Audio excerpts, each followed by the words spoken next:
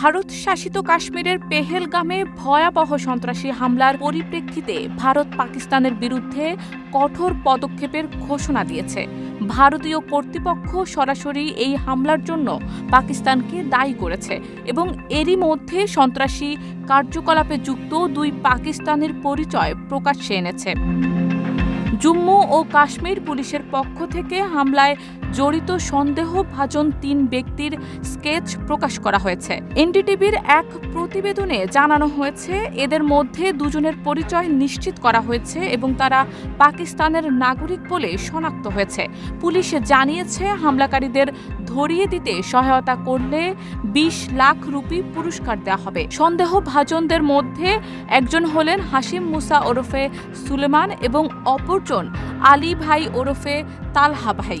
উভয়ই পাকিস্তানের নাগরিক এবং ভারতীয় গোয়েন্দা সংস্থার তথ্যমতে তারা পাকিস্তান ভিত্তিক জঙ্গি সংগঠন লস্কর-ই তৈয়বার সক্রিয় সদস্য। শিয়া বাটার ও ভিটামিন ই সমৃদ্ধ lily glam beauty soap. Lily, always beautiful. এছাড়া তৃতীয় সন্দেহভাজন হিসেবে আব্দুল হুসেইন থোকারের নাম উঠে এসেছে, যিনি কাশ্মীরের অনন্তনাগ জেলার বাসিন্দা। এই হামলার জবাবে ভারতের প্রধানমন্ত্রী নরেন্দ্র মোদী এক কঠোর বার্তা দিয়েছেন।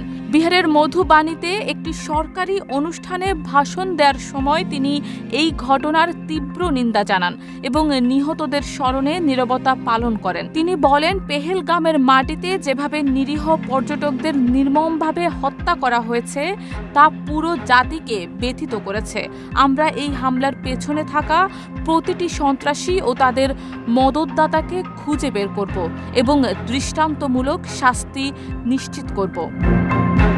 প্রধানমন্ত্রী স্পষ্ট করে জানিয়েছেন, এখন সময় এসেছে সন্ত্রাসবাদের আশ্রয়স্থল গুড়িয়ে দেওয়ার।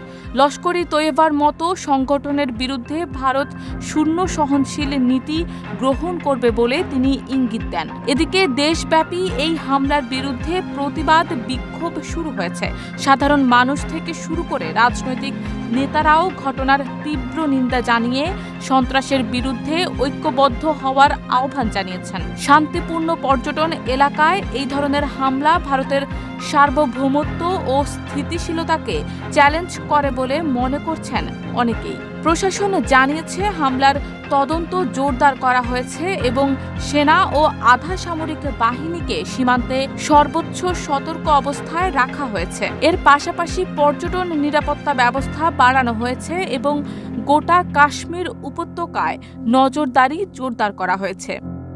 শারমিন নিশু, ঢাকা পোস্ট।